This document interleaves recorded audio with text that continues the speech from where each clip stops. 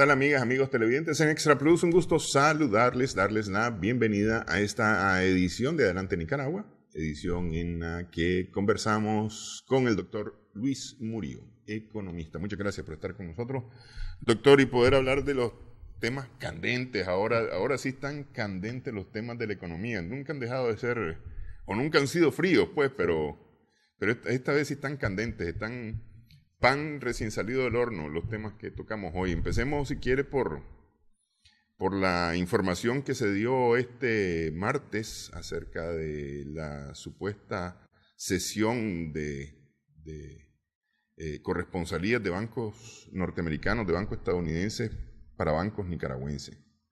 Si quieren, empecemos explicando qué cosa es una corresponsalía bancaria, pues. Bueno, normalmente en primer lugar un banco es un intermediario financiero que en principio lo que hace es captar recursos del público y los da a crédito. Sin embargo, tiene una serie de negocios y otras actividades. Entonces, una corresponsalía es una especie de representación, ¿verdad?, en otro país que de una u otra manera realiza algún tipo de transacciones económicas. En el caso de las corresponsalías de los bancos norteamericanos están basadas sobre todo en lo que son los medios de pago y cobro a nivel internacional, cartas de crédito, letras, ¿verdad? Cuando se realiza una transacción con una empresa norteamericana y ellos de una u otra manera dan el aval, dan un servicio y cobran una comisión, ¿verdad? No es que están captando depósitos, no es que están en este caso teniendo una influencia de manera directa en el sistema financiero nacional, sino que una especie de facilitador para realizar las transacciones con el principal mercado de Nicaragua, que es Estados Unidos, el 40% de las exportaciones y las importaciones. La corresponsalía básicamente es actuar en representación de, claro, por la autorización que tiene para trabajar en Estados Unidos, en el caso de los bancos norteamericanos.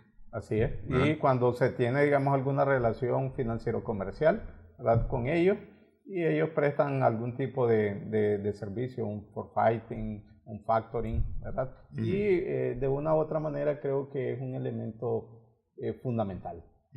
¿Tiene esto que ver con las marcas de las tarjetas de crédito? No tanto, porque la mayor parte de los negocios de las tarjetas de crédito de una u otra manera están en manos del sector privado nicaragüense. Sin embargo, ellos lo que hacen son algunos acuerdos a nivel internacional. Por ejemplo, cuando una persona sale fuera del país y quiere utilizar una tarjeta, ellos tienen corresponsalía en el extranjero y te dan un código. Entonces, como se mueve plata, ellos tienen una comisión y obtienen, digamos, una ganancia. En el hipotético caso que cesaran las corresponsalías, ¿perderían validez internacional las tarjetas de crédito nicaragüenses o emitidas en Nicaragua? Bueno, en este caso tendríamos que ver la normativa que tiene el banco, ¿verdad?, principal y la corresponsalía, porque eso depende, digamos, de la normativa que tiene el Tesoro de los Estados Unidos. Y además recordemos de que el caso de la NICAC son una especie de sanciones y yo creo que algunos actores financieros están previendo, ¿verdad?, cambio en el contexto y están tomando, digamos, su corresponsalía, ¿verdad?, con prudencia. Porque, a ver, en la información publicada este martes lo que indica como primera razón es el rating de Nicaragua, es decir, el riesgo país, como la razón, claro, y además con la posibilidad de caer a C, ¿verdad? Sí. Que esa es la principal razón por la cual cesarían las corresponsalías. Y le suman el tema de las sanciones, ¿no? Pero como primera razón mencionan los ratings. ¿Son los ratings suficientes para cesar un servicio? Porque al final de cuentas estamos hablando de servicio. Esto es un servicio. Sí, pero recordemos de que uno de los activos de cualquier sistema económico, tanto nacional como internacional, es la confianza. Y al igual que una empresa tiene sus certificaciones, ¿verdad?, los bancos, que son una empresa de servicio, también tienen sus certificaciones, que son estos llamados ratings. Entonces, el activo de cualquier sistema económico, financiero, incluso de la economía real, es la confianza. Entonces, en el caso de Nicaragua, el nuevo rating o calificación es B-. Entonces, eso significa, digamos, un grado de prudencia que deben de tener los actores económicos para realizar transacciones con Nicaragua, y de una u otra manera, pues esos bancos ya no miran, digamos, atractivo tener algún tipo de relaciones, teniendo el peligro de que los puedan sancionar el banco de bancos, que en este caso es el Tesoro de los Estados Unidos. La Reserva Federal. La Reserva Federal. Ok, pero me pregunto yo, es decir, a ver, usted está en una situación dudosa en cuanto a su récord crediticio y entonces y acude a mí. En todo caso, lo que yo voy a tener cuidado es de prestarle a usted dinero pensando en que no lo pueda recuperar. Pero si usted lo que quiere es, a través mío, pagar una cuenta, no vería yo ningún problema. O recibir dinero a través mío, y donde yo no necesariamente estoy poniendo en riesgo mi capital. Sí, pero es que el problema de estas sanciones es de que tienen prohibido realizar cualquier actividad económica con empresas, ¿verdad?, que están relacionadas a los sancionados. Entonces, sí, yo me imagino de que estos bancos se están anteponiendo a una situación futura que todavía no se da, porque realmente faltan dos pasos: la sanción por parte del presidente de los Estados Unidos y luego un procedimiento que son más o menos unos 6 meses, en donde se crean las comisiones y se hace el último dictamen, pues. Lo peor que puede tener un sistema económico es generar desconfianza y generar incertidumbre, que es el caso de la economía nicaragüense. Uh-huh. Ahora, ¿es posible que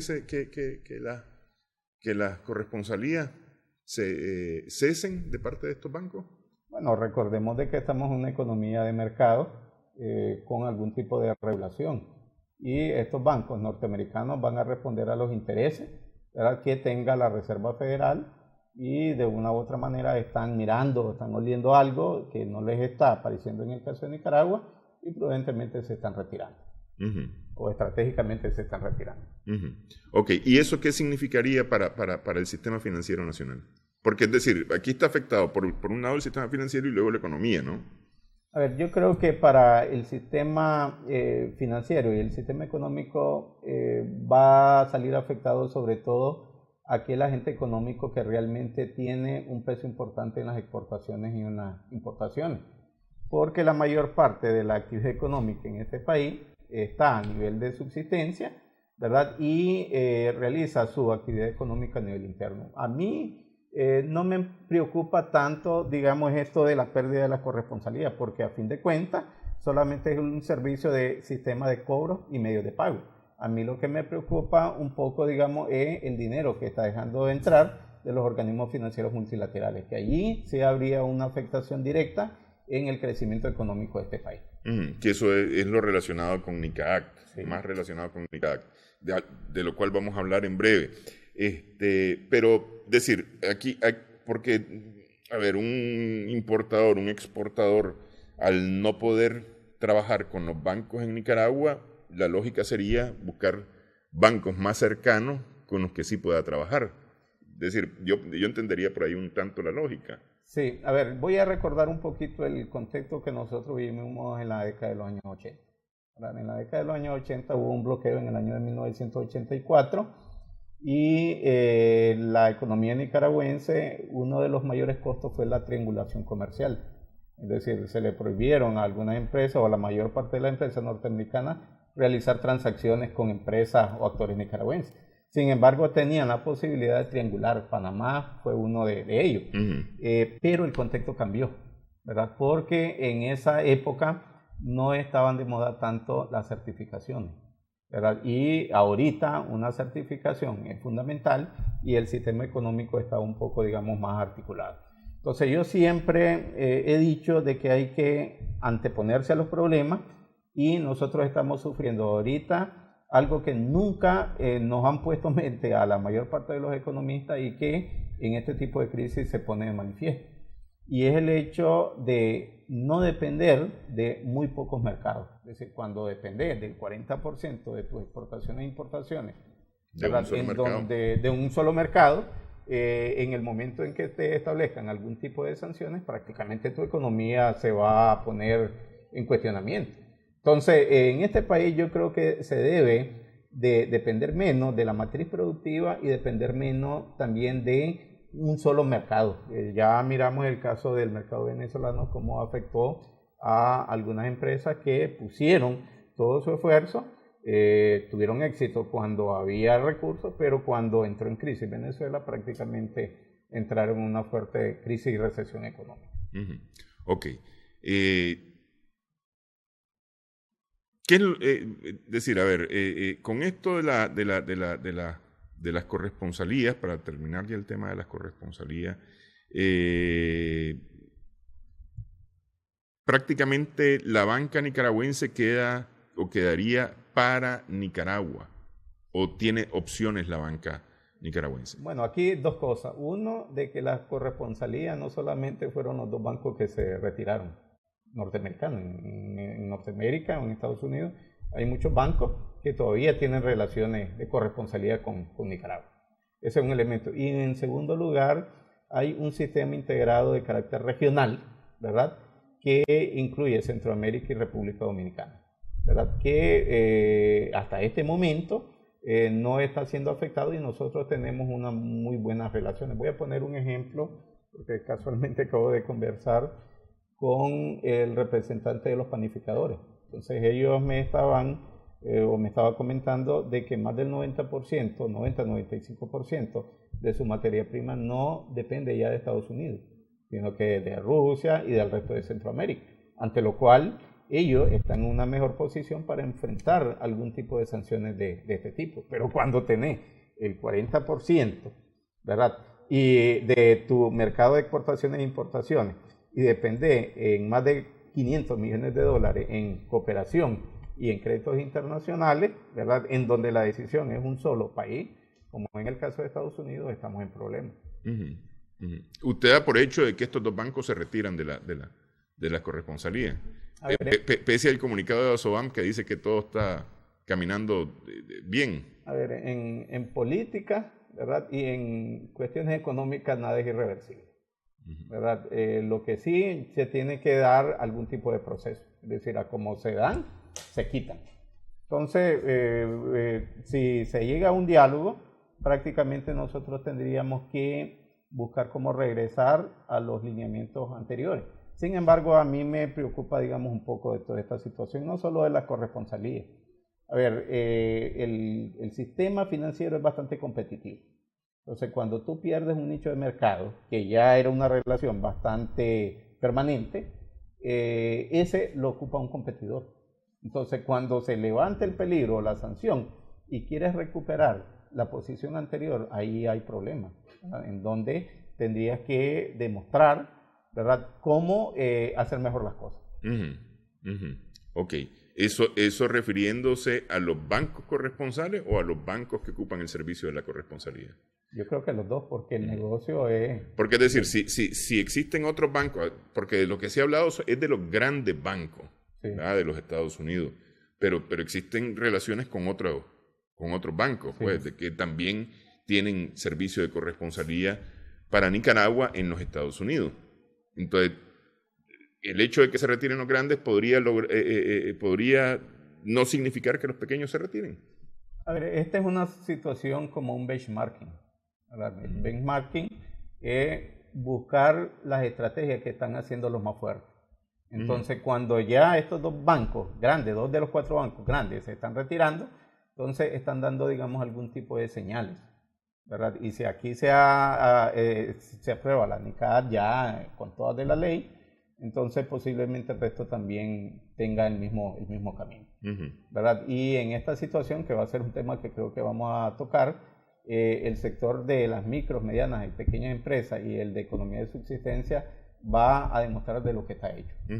Ok, pero no solamente las corresponsalías en Estados Unidos, o no son las únicas corresponsalías. No. Es decir, se pueden buscar, en todo caso, se pueden tener otras corresponsalías que lo que decíamos hace un rato, que puedan triangular ese comercio. Sí, lo que pasa es que en el caso de este tipo de corresponsalía está, digamos, dentro del sistema más normal y estable, porque en materia del sistema financiero hay como dos tipos. O sea, son los bancos que tienen todas las certificaciones y se califican, y el sistema de banco offshore, ¿verdad? Entonces, esos sistemas de banco offshore son aquellos que son especulativos, miran, digamos, la posibilidad de obtener ganancias y se retiran y no dejan nada, digamos, al país. Entonces, yo creo que el peligro es de que se retiren esto, que le dieron, digamos, seguimiento durante 10 años al crecimiento económico de Nicaragua, que anduvo por el orden del 5 o 5.2%. Ese es el problema, es decir, nosotros podemos caer en unas situaciones como la década de los años 80, y voy a dar, digamos, un dato. La situación de confianza fue tan paupérrima en esa época, que uno de los indicadores, como es el mercado secundario de la deuda externa, ¿verdad? Llegó a valer de cada una unidad monetaria de deuda externa nicaragüense 8 centavos. Es decir, la pérdida de confianza fue tal de que los tenedores de deuda necesitaban o aceptaban 8 centavos y, entre comillas, perder 92. Entonces eran lo que se denomina en este tipo de mercado bonos basura. O títulos basura que no valían ni siquiera el papel en que estaban escritos. Sí, ok. Ahora, se ha mencionado a 4 bancos en Nicaragua, y los 4 tienen operaciones regionales, por lo menos. Sí. Incluso algunos tienen operaciones en territorio de los Estados Unidos también. Sí. ¿Serían afectadas sus operaciones? Es que eso depende. Yo creo que hasta este momento es un poco especulativo, y recordemos de que estamos de este lado del río. Es decir, estos bancos tienen mucha movilidad en el caso de Nicaragua, y hasta que no se establezcan este tipo de sanciones, pues ellos van a seguir explotando el mercado nicaragüense y el mercado regional. Yo creo que hablar de ese tema ahorita es un poquito apresurado. Sí, no, pero es decir, el hecho de que se le quite la corresponsalía o cese la corresponsalía con uno de los bancos, X de estos 4 bancos mencionados, ¿afectaría su operación regional o solamente su operación en Nicaragua? Su operación en Nicaragua. Su operación en Nicaragua, nada más, exclusivamente para Nicaragua. Claro. Ok, vamos, hacemos pausa en esta edición de Adelante Nicaragua. Hablamos de NICAACT y hablamos del Presupuesto General de la República 2019. Regresamos en breve.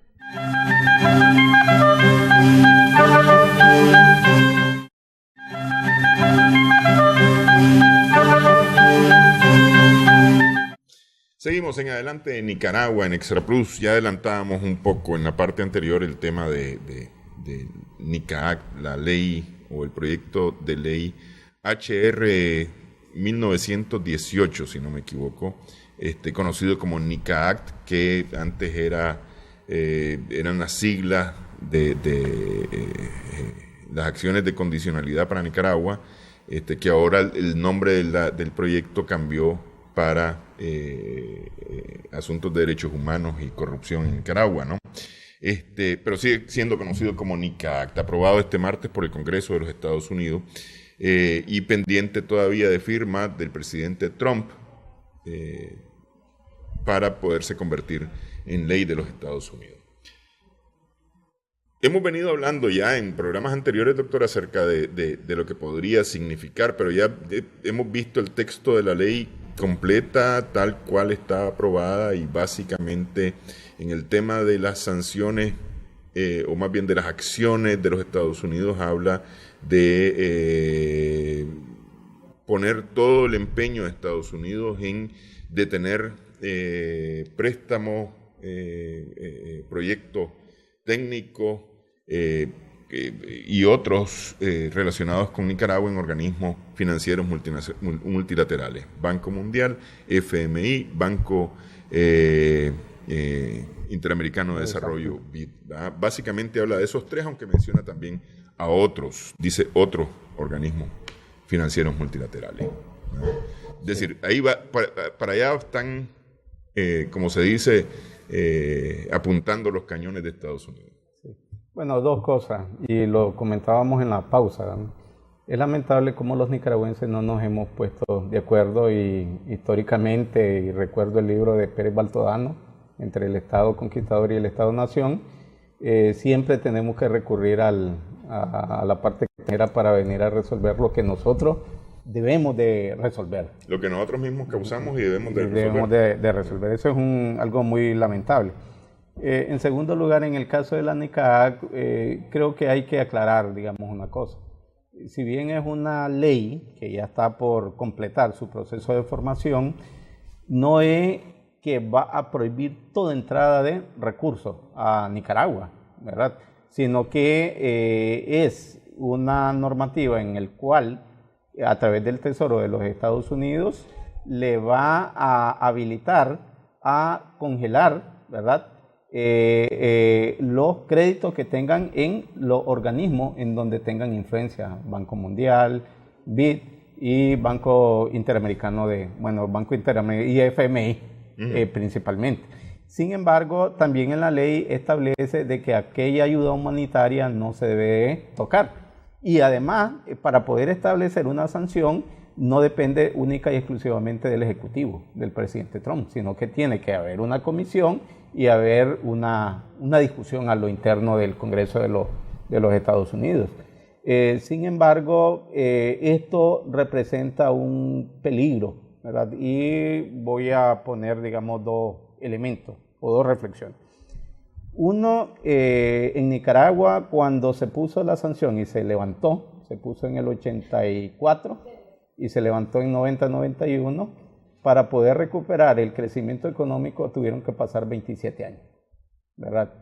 Y en segundo lugar, para poder buscar de nuevo el punto inicial antes de la sanción, se tiene que comenzar de cero. Es decir, los agentes económicos pierden las cuotas y no es que las recuperan una vez levantada la sanción, sino que tendrían, como ya la ocupan otros competidores, tendrían que comenzar de cero. Entonces, mi temor es de que nosotros seamos sancionados y prácticamente tengamos postergado por mucho tiempo el nivel de crecimiento económico. Es decir, este país ha sido afectado por procesos de intervención, por procesos de sanción, pero también por una falta de política pública, porque si acá prácticamente nosotros resolvemos el problema de la propiedad, resolvemos el problema de la matriz productiva que no está diversificada y resolvemos la diversificación de los mercados de venta de nuestras exportaciones e importaciones, yo creo que sería otro contexto y enfrentaríamos de mejor manera la situación que estamos hasta este momento. Es decir, a ver, porque esto viene siendo un paréntesis en este caso.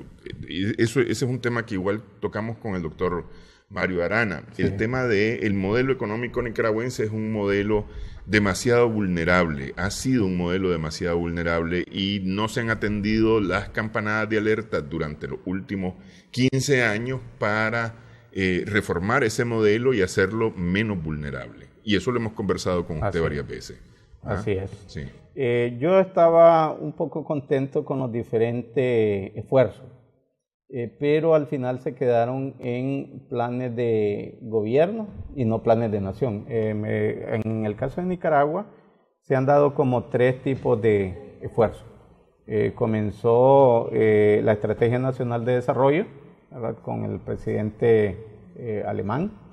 Luego el Plan Nacional de Desarrollo Operativo con el presidente Bolaño y luego el Plan Nacional de Desarrollo Operativo. Entonces, el plan de desarrollo humano. El desarrollo humano, perdón. Sí. Entonces, cuando una sociedad, un país se pone de acuerdo en limar asperezas y en buscar las sendas del crecimiento económico, yo creo que es viable. Y si no, miremos el caso de Costa Rica, que tampoco es el modelo top en este momento, pero de una u otra manera funciona. Hace 50 años era un modelo similar al que tenía Nicaragua. Sí, sin embargo, ellos se pusieron de acuerdo, ¿verdad? Funcionaron y ahorita ya están dando problemas y tienen que entrar a un nuevo acuerdo, ¿verdad? Entonces, yo creo que la sociedad nicaragüense tiene que sentarse a dialogar, resolver en el corto plazo el problema político y en el largo plazo el problema económico. En el largo plazo hay 4 temas que yo creo que ayudarían, digamos, a buscar un nuevo modelo de crecimiento económico. Uno, buscar cómo hacer reformas fiscales y tributarias. Es un elemento fundamental. En segundo lugar, buscar cómo resolver el problema del seguro social, que es un tema fundamental. No hay ninguna sociedad que esté exento del problema del seguro social. Sin embargo, tiene que hacer un esfuerzo. El tercer, digamos, paso es el caso de la propiedad privada, ¿verdad? Y no hay ninguna sociedad que no tenga el activo de los créditos a través de un crédito hipotecario, ¿verdad? Entonces, resolver el problema de la propiedad es fundamental y luego resolver el problema de la matriz productiva y la menor dependencia de los créditos y de la cooperación internacional. Entonces yo creo que tenemos un potencial, pero prácticamente lo hemos perdido por guerras intestinas y prácticamente la falta de un verdadero plan nacional de desarrollo humano. ¿Qué es lo que nos ha realmente puesto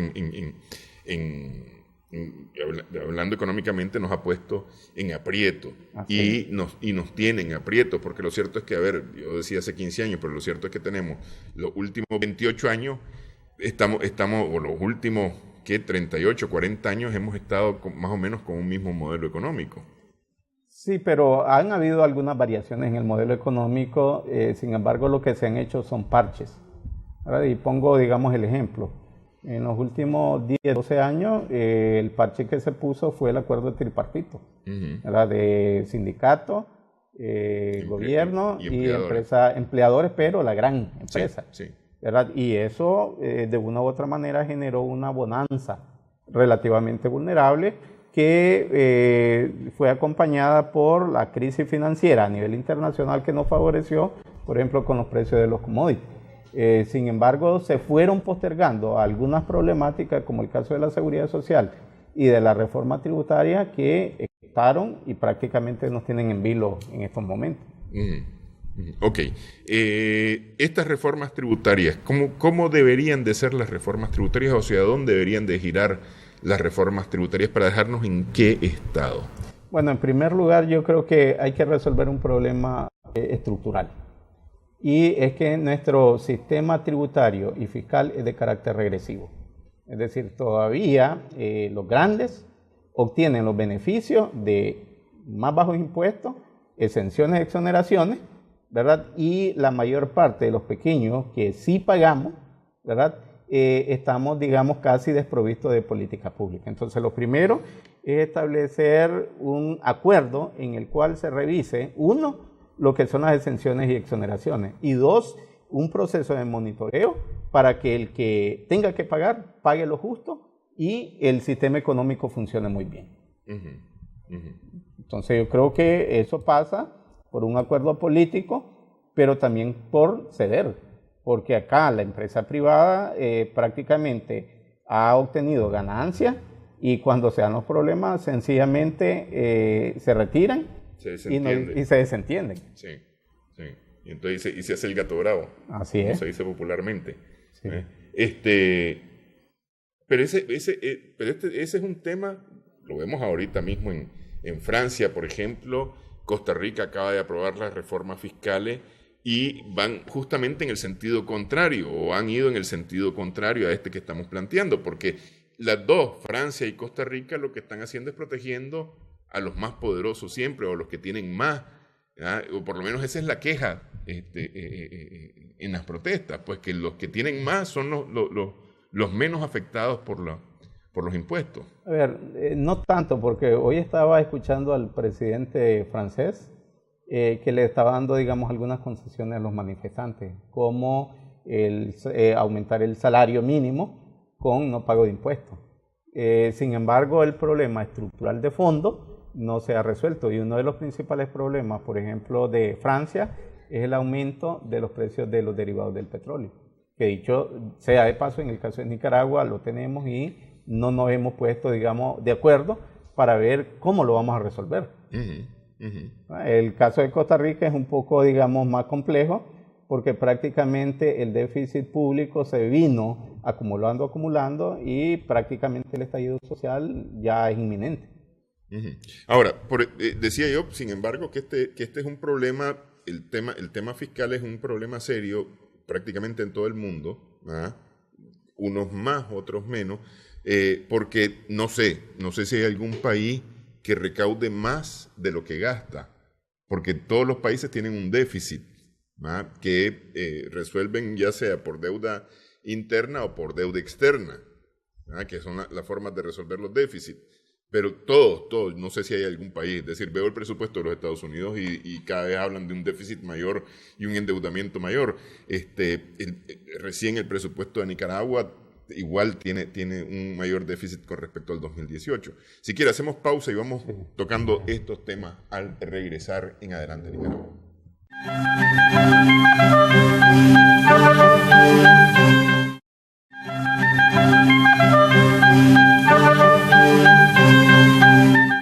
Seguimos en Adelante Nicaragua, en Extra Plus estamos conversando con el doctor Luis Murillo. Decía yo que el tema de déficit, de endeudamiento, de inequidad fiscal es un tema muy generalizado, ¿ah? Y más bien el planteamiento sería la inequidad fiscal que lleva a un déficit y luego a un endeudamiento, ¿no? Y es generalizado alrededor de todo el mundo. Nicaragua, justamente con su dependencia económica, porque es un país dependiente económicamente por la matriz productiva que tenemos o por la matriz productiva que tenemos, la matriz económica que tenemos, no queda parte de todo este embrollo. Sí, bien. A ver, casi todos los países del mundo, o quizás todos los países del mundo, tienen déficit público, ¿verdad?, y endeudamiento externo, con la diferencia de que ellos cuidan dos cosas: la confianza en su sistema económico y un poco la progresividad de su sistema tributario. Y voy a poner, por ejemplo, el caso de Suiza. Es decir, en el caso de Suiza, ellos también están endeudados. Sin embargo, más del 60-65% lo pagan en impuestos, pero hay políticas públicas que te garantizan educación, trabajo. Entonces, pero cuando tenés un sistema económico que por una parte tiene déficit, endeudamiento, y por otra parte la actividad económica es deficiente, entonces, ¿qué es lo que va a tener? Mayor tipo de problemas. Incluso el mercado de los Estados Unidos es uno de los países más endeudados del mundo. Y entonces, y todo el mundo busca Estados Unidos. ¿Por qué? Por la confianza, la institucionalidad y el sistema económico que, entre comillas, se da. Aunque no esté exento también de corrupción, ¿verdad? Pero creo que el kit del asunto acá es de que el sistema económico tiene que funcionar en primer lugar con actividad económica en crecimiento y con la utilización de los recursos públicos transparentes. Ok, pero Nicaragua tenía esa confianza, es decir, sí. y por los sucesos a partir de abril, se caen un montón de cosas. Y la confianza, nosotros estábamos en B más en los ratings, es decir, no estábamos en A, estábamos en B más, es decir, que era un escalón bastante bueno en la confianza de los por lo menos de los organismos que miden esto a nivel internacional, Fitch Ratings, etcétera, ¿no? Y no bajamos 2 escalones de un solo. Sí, bueno, esto es indicativo del bajo nivel de resiliencia, ¿verdad?, como dicen los ambientalistas, que tiene nuestro sistema económico. Es decir, teníamos un sistema económico vulnerable, con problemas estructurales que ya habíamos dicho desde hace mucho tiempo de que se tenían que resolver, como el caso del Seguro Social, el caso de la reforma tributaria, y lo de abril yo creo que fue el estallido inicial, entre comillas, aunque las causas se venían acumulando desde hace mucho tiempo. Es decir, el sistema económico a nivel internacional ha tenido problemas. El éxito de algunos países es la capacidad de diálogo y de buscar soluciones adecuadas a los problemas, cosa que en el caso de Nicaragua todavía no lo hemos logrado. Ok. Esto nos lleva, o cerramos aquí el paréntesis que habíamos abierto porque estábamos hablando de la NICAAC, ¿no? Sí. ¿Qué va a ser lo más afectado con NICAAC? Evidentemente la inversión pública va a resultar altamente afectada. Es decir, porque yo no sé cómo diferenciar o qué parámetros se tomarán en cuenta para diferenciar un proyecto humanitario de un proyecto de inversión, de un proyecto que beneficia al gobierno. Es decir, tocamos, por decir algo, el paso a desnivel de Las Piedrecitas. ¿Cómo se califica ese paso a desnivel de Las Piedrecitas? Es decir, inversión del gobierno, propaganda del gobierno, un tema humanitario, un tema realmente de necesidad para el país o para la capital, pues en este caso. ¿Ah? Sí, bien, en relación a eso es recursos de organismos multilaterales. Y ellos de una u otra manera son una pieza fundamental del sistema económico. A ver, el sistema económico es una economía social de mercado, ¿verdad? Entonces lo que te dice es de que el Estado es un facilitador y lo que debe de crear es como las condiciones para que los actores económicos funcionen. Por ejemplo, vos no podés sacar la producción sin carretera. Entonces, eso es un proyecto de beneficio de carácter público. Otra cosa es de que se arroguen los que están tomando las decisiones en ese momento ese proyecto, ¿verdad? Entonces, yo creo de que el sistema económico en este país es demasiado vulnerable y tenemos en este caso que establecer un diálogo, pero también medidas para un futuro lograr un mejor crecimiento económico. Sí, pero es decir, la NICAC lo que plantea es un diálogo, pero que cuente con el visto bueno de los Estados Unidos, de una u otra forma. Es decir, ellos tienen que aprobar lo que se resuelve en Nicaragua. ¿Ah? De una u otra forma, eso es lo que termina planteando la ley. No sé qué tanto Nicaragua va a llegar a ese punto, pero mientras tanto vamos a tener sanciones, o Estados Unidos va a imponer sus sanciones, y yo lo que decía es que la misma ley establece que los proyectos de carácter humanitario no van a estar sujetos de estas sanciones. ¿Cómo se va a valorar un proyecto de carácter humanitario? Es decir, usted mencionaba, por ejemplo, el tema de la carretera. Por mucho que el gobierno diga, esta carretera la construí yo, y se haga el fuerte diciendo, al final de cuentas la carretera tiene un beneficio social. Bien, voy a poner un ejemplo y algo un poco más tangible. En primer lugar, en el caso de la NICAC, se van a formar comisiones. Y esas comisiones van a tomar algún tipo de criterio económico, político, propagandístico.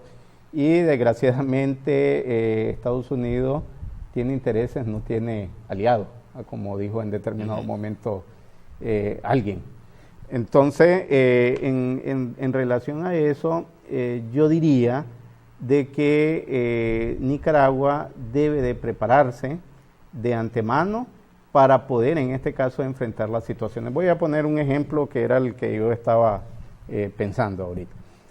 Cuando se dio, digamos, la crisis, la USAID le había dado una serie de vehículos a la Policía Nacional. Sí. Entonces, de una u otra manera dijeron de que estaban siendo utilizados para la represión y se tenían que devolver. Pues inmediatamente lo devolvieron. Sin embargo, esa es una decisión que es una línea muy delgada entre la parte política y la parte social, porque la policía es una institución que protege al ciudadano y ella puede deducir de que estaba patrullando y que no estaba reprimiendo.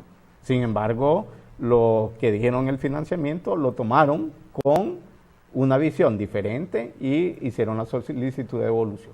Entonces, desgraciadamente, cuando un país no hace lo que debe de hacer y vienen intereses externos a querernos poner algunas condicionalidades, ya caemos en la parte política y la parte de que no necesariamente nos va a beneficiar a la mayor parte de los nicaragüenses. Tenga la plena seguridad de que los mayores afectados vamos a ser las personas pobres de ese país. Ok. El gran capital en Nicaragua, que es muy dependiente de esto, porque son los que exportan a los Estados Unidos, los que tienen negocios con Estados Unidos, podrían resultar, entre todos los que estamos afectados, podrían resultar mayormente afectados. Mayormente afectados creo que no, ¿verdad? Porque ellos de una u otra manera han obtenido, digamos, ganancias, las han convertido en divisas y la mayor parte incluso las han sacado de este país o las mantienen acá, y prueba de ella es el alto nivel de liquidez que tienen los bancos, ¿verdad? Y cuyos capitales es también del sector privado de este país. Creo que los negocios ya no van a ser igual, y el temor que tiene la empresa privada, por lo menos la grande, el establecimiento de una reforma tributaria no con una visión de equidad, sino con una visión de rompimiento del acuerdo tripartito que había mencionado anteriormente. Que ese básicamente está roto desde abril de este año. Yo no diría tanto así, porque muchas veces cuando tú tienes una inversión de largo periodo de maduración, ahí hay que limar asperezas. Y yo estoy convencido de que hay una doble negociación. La negociación que nos hacen tratar de ver a todos los nicaragüenses, y una negociación por debajo de la mesa donde se mueven intereses y capitales. Ok, vamos a hacer una última pausa. Decíamos el papel de las pymes en esta nueva coyuntura que se plantea para Nicaragua. Regresamos en breve.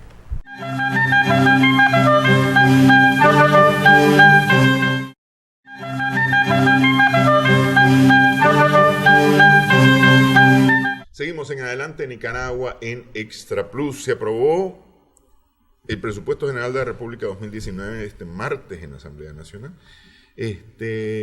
Y básicamente hubo una reducción del gasto, pero una reducción no tan grande, una reducción que llega apenas a algo cercano al 2% menos con respecto al 2018, pero unos ingresos que están proyectados para más del 10% menos que el año pasado.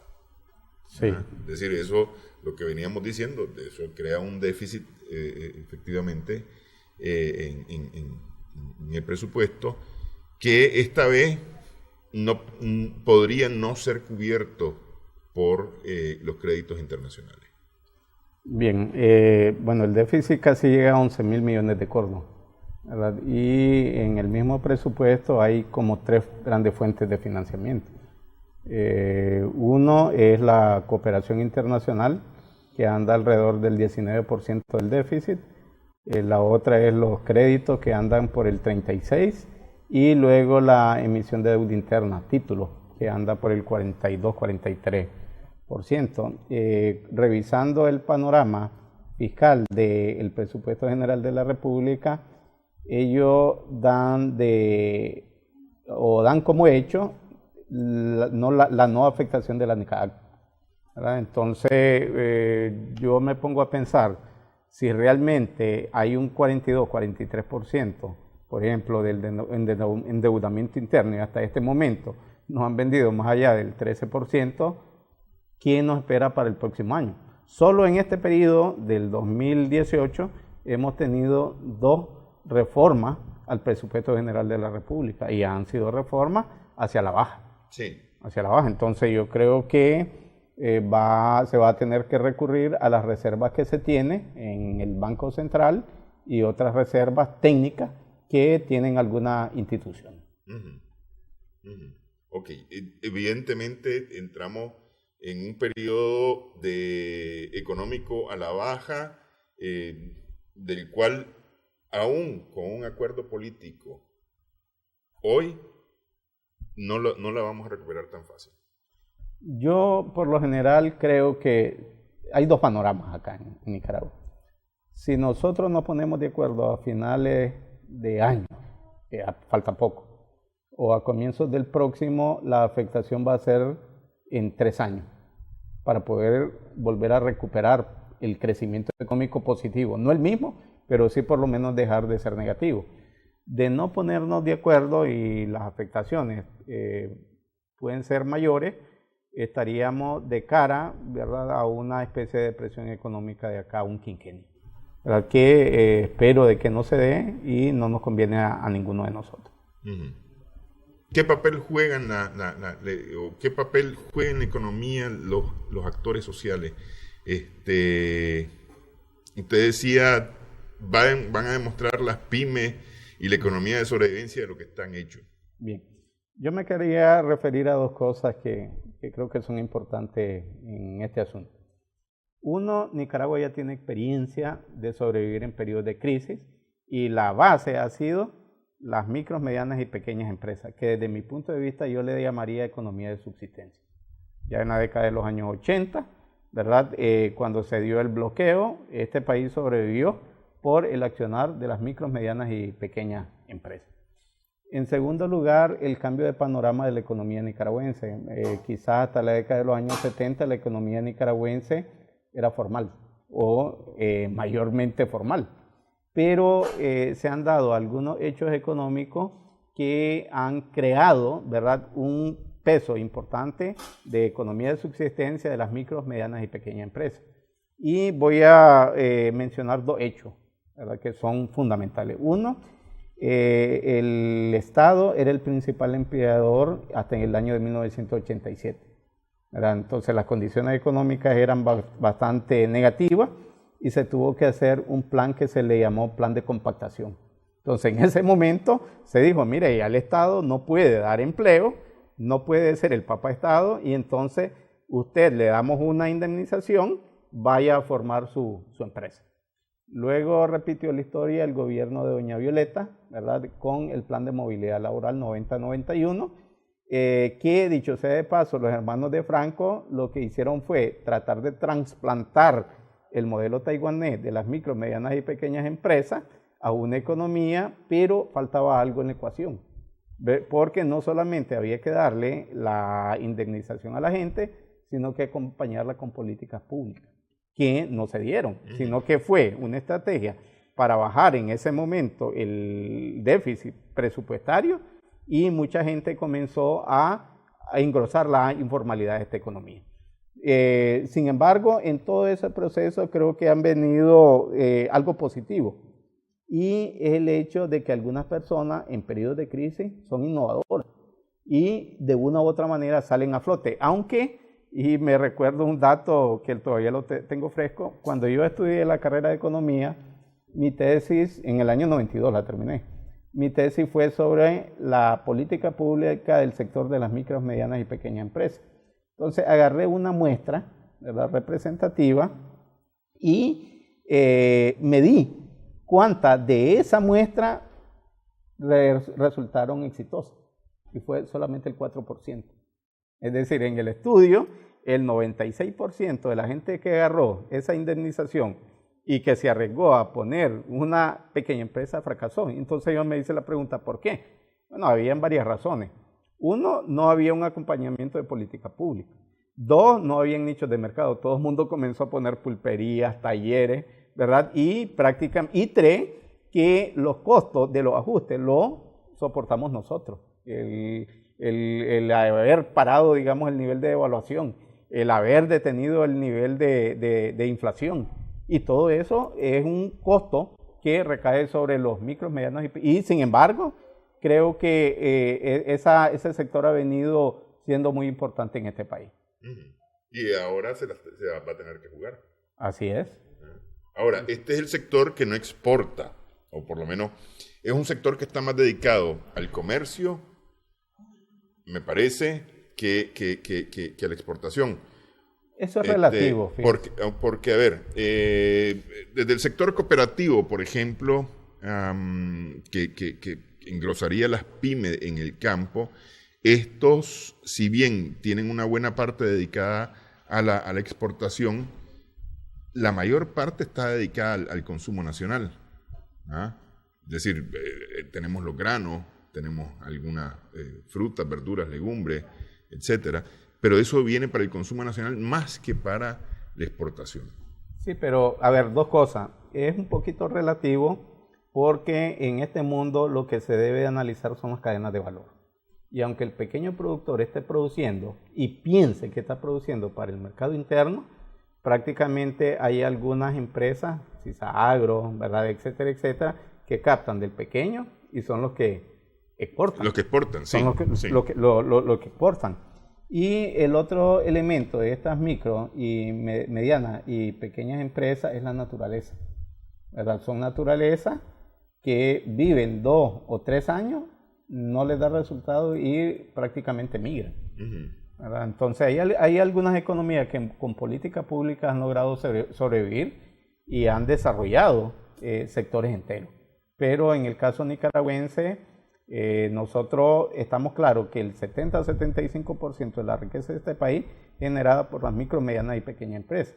Pero estamos claros que hay una falta de política pública y no hay una articulación de todos los encadenamientos productivos. Si no, mire el sector ganadero. El sector ganadero aparentemente salió beneficiado con los TLC, ¿verdad? Con Estados Unidos y con Europa, ¿verdad? Pero ¿quiénes son los que se benefician? Los mataderos.